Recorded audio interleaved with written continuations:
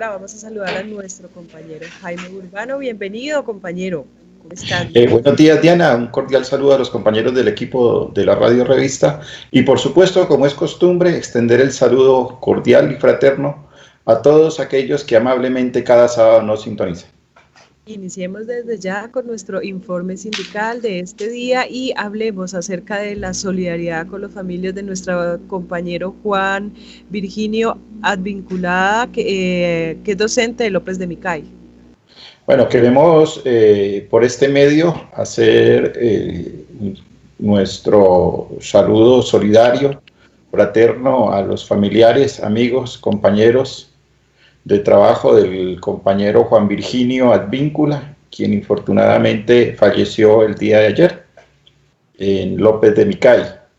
Decir que hemos decidido estar al tanto de las situaciones de modo, tiempo y lugar en que se produjo este infortunado deceso y que sean las investigaciones que esperamos las autoridades adelanten, obviamente bajo la veeduría del sindicato, para determinar si hubo falla médica. Estaremos atentos a esa situación. Bueno, compañero, ¿y qué podemos hablar acerca de las consideraciones en torno al papel del fiscal Francisco Barbosa y otros altos dignatarios en su supuesto combate a la corrupción y al narcotráfico?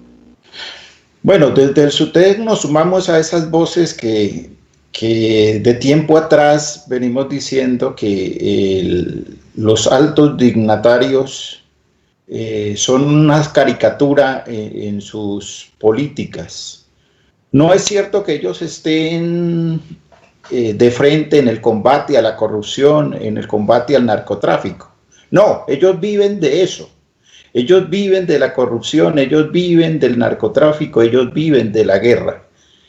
Basta mirar un par de actuaciones de los altos dignatarios que se han hecho públicos esta semana que termina. A manera de ejemplo, ¿cómo entender que los dos policías que descubrieron los cassettes que involucran a la campaña de Duque, el actual presidente, con el Ñeñe Hernández, estén capturados? Fueron a ellos a los que debieron premiar, pero no, los premiaron con la cárcel. ¿Quién hizo eso? La Fiscalía General de la Nación. ¿Cómo entender que un narcotraficante como Marquitos Figueroa esté a puertas de salir de la cárcel por vencimiento de términos? ¿Quién permite los vencimientos de términos?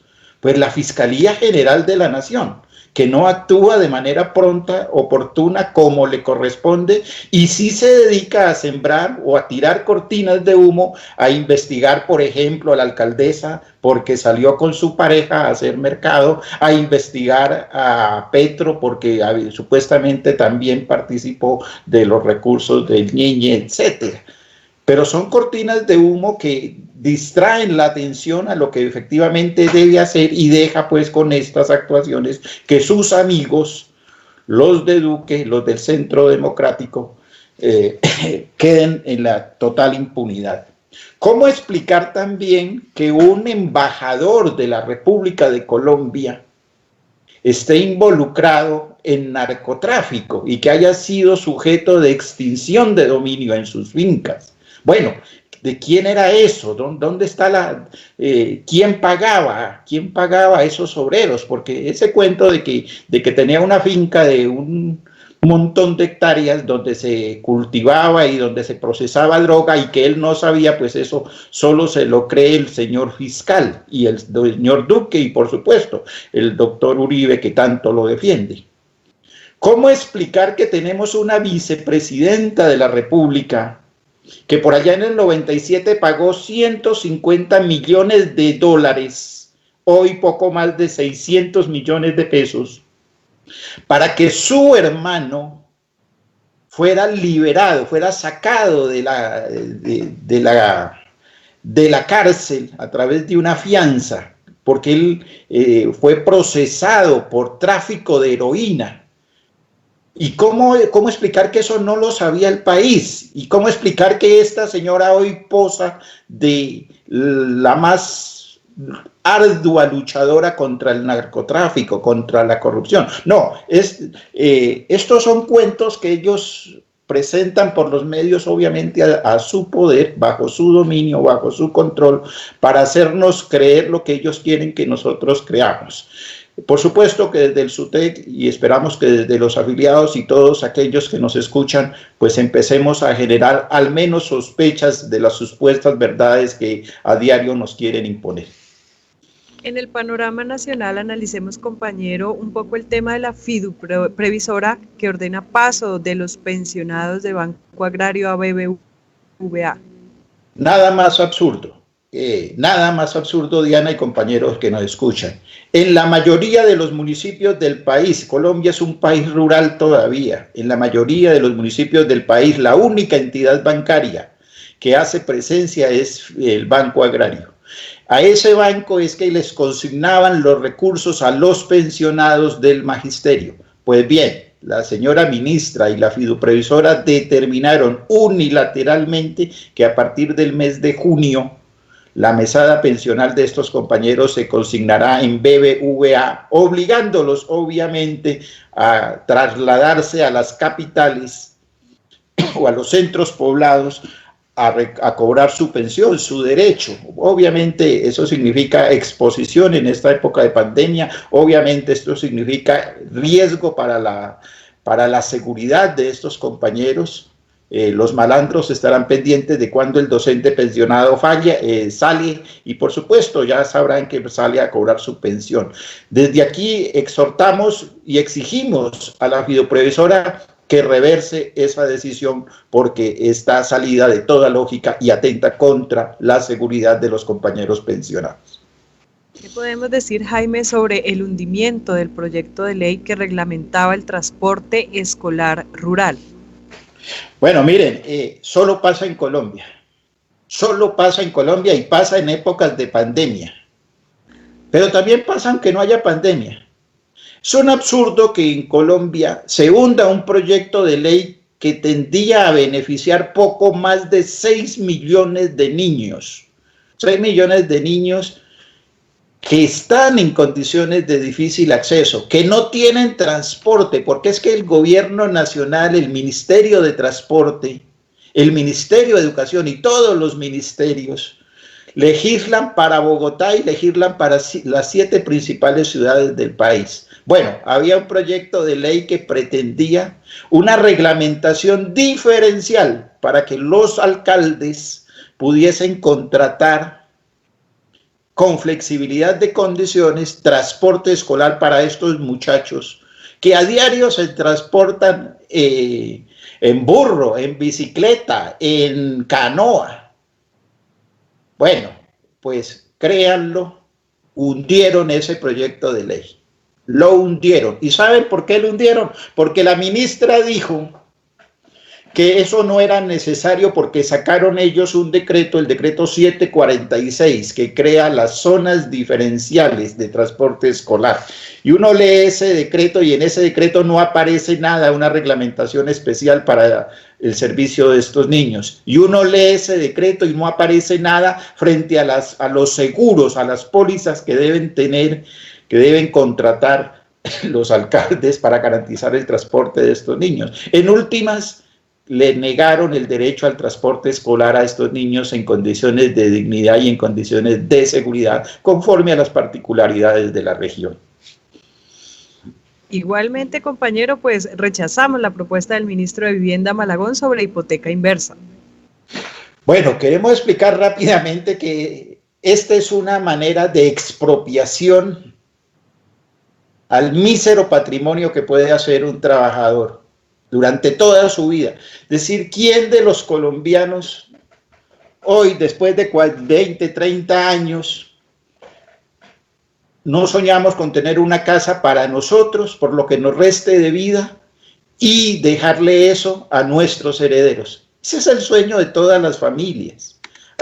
Infortunadamente hay muchas que todavía no lo han podido concretar, y los que lo hemos podido concretar aún estamos endeudados con los bancos bajo la hipoteca tradicional.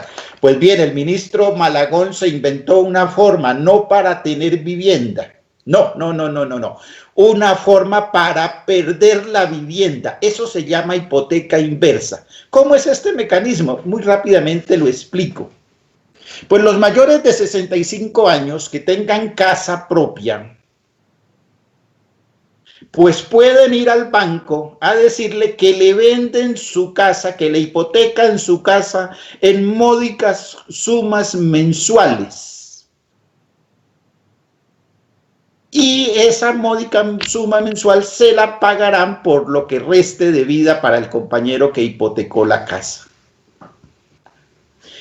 Cuando el compañero muera, entonces el banco es dueño de la casa. Así funciona. Entonces, pongo un ejemplo. Omití un pequeño detalle. ¿Quién paga el estudio del avalúo? ¿Quién paga todos los gastos notariales, el traspaso y todo eso? Pues el del proyecto hasta ahora no es claro en eso. Pero omití un detalle que es supremamente importante. El valor mensual que pagará el banco está entre el 0.3 y el 0.6% del valor de la casa.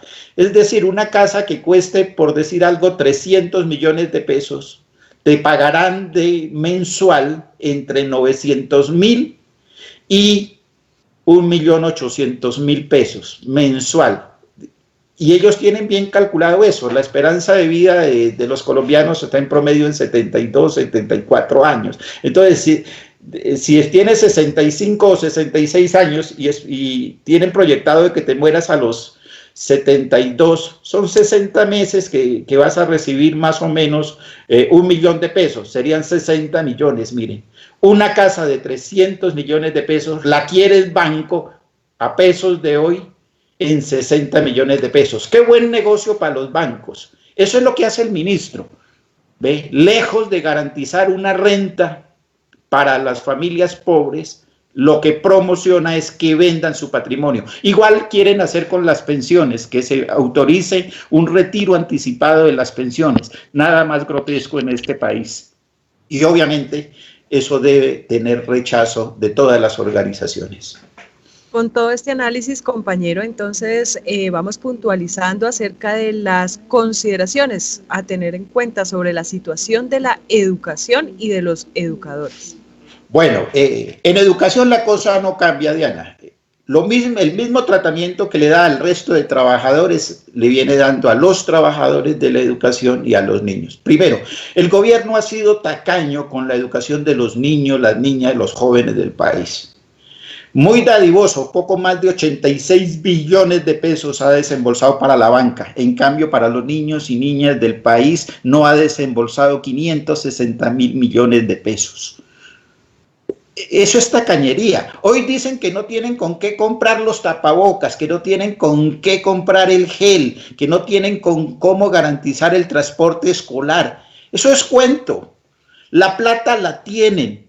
La plata la tienen poco más de 50.000 millones de dólares en reservas internacionales, pagan más de 50 billones de pesos en intereses a la deuda, se roban más de 50 billones anuales en corrupción. Bueno, ahí está la plata, ahí está la plata. Los niños de Colombia merecen educación de calidad, con gratuidad, con transporte escolar, con alimentación escolar, con buenos pupitres, con buena conectividad, con buenos libros, con buenos profesores.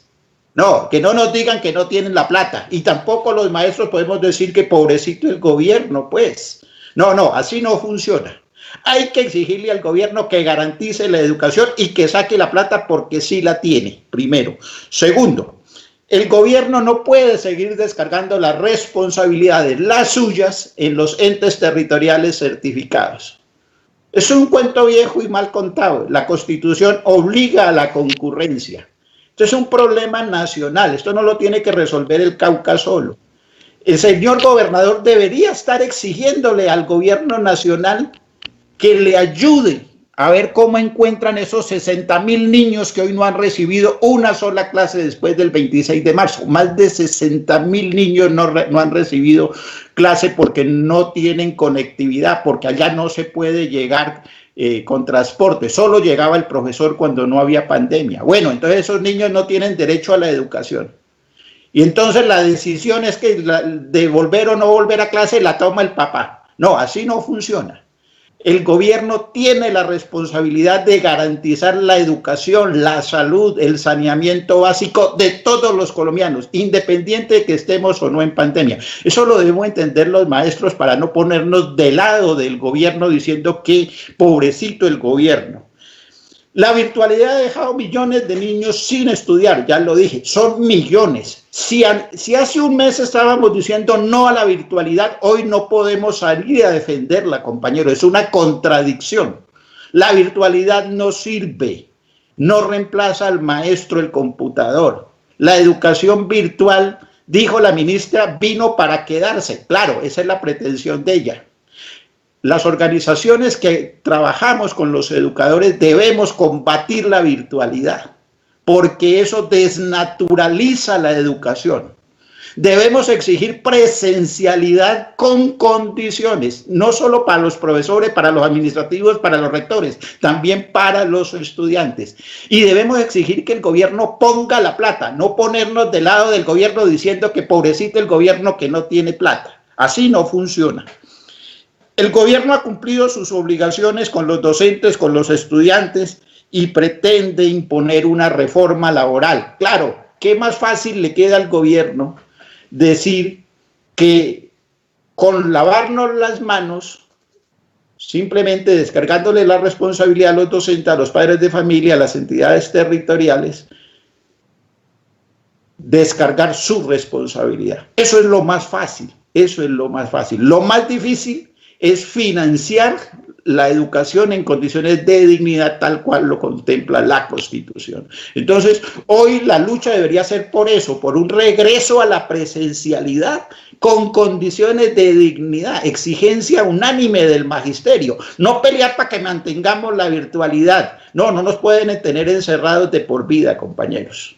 Eso facilita que el gobierno implemente toda esta cantidad de medidas, porque si nos tienen encerrados hasta diciembre, ¿ustedes creen que el gobierno sí va a mejorar a partir del 1 de enero la conectividad, va a mejorar las condiciones de infraestructura de los colegios? No, no lo va a hacer. Se va a ahorrar una cantidad de recursos como lo ha hecho desde marzo hasta hoy, que está en virtualidad.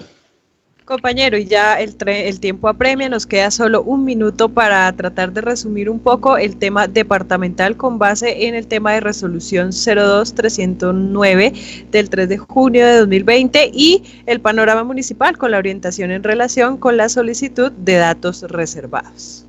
Bueno, rápidamente lo departamental, sacaron esa resolución que tú mencionas, Diana, define algunos criterios para implementar y matricular el año lectivo 2021. Y el municipio sacó un instructivo, un formato para que los maestros reporten datos que son reservados, pero solo los debe conocer el médico y solo con la debida autorización terceras personas. La orientación del SUTEC no puede cambiar, es la misma que hicimos cuando sacó el mismo formato la Secretaría de Educación. Hasta tanto la Secretaría de Educación Municipal no garantice la confidencialidad en la administración de esos datos, el magisterio de Popayán no debe entregar esa información, repetimos, porque es reservada. Esa es historia, esos datos son propios de la historia clínica, hacen parte de la intimidad del docente. Consecuencia de ello, esos datos no pueden andar por allí volteando, no pueden estar al libre albedrío de quién los recibe a ver qué hace con eso. Los datos están protegidos, hay leyes que los protegen y la Constitución protege ese tipo de derechos fundamentales. Orientación, repetimos, no entregar esa información.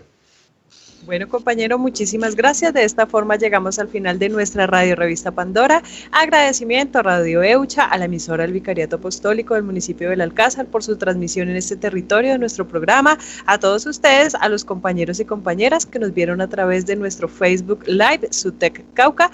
Nos encontramos el próximo sábado. Bello día para todos.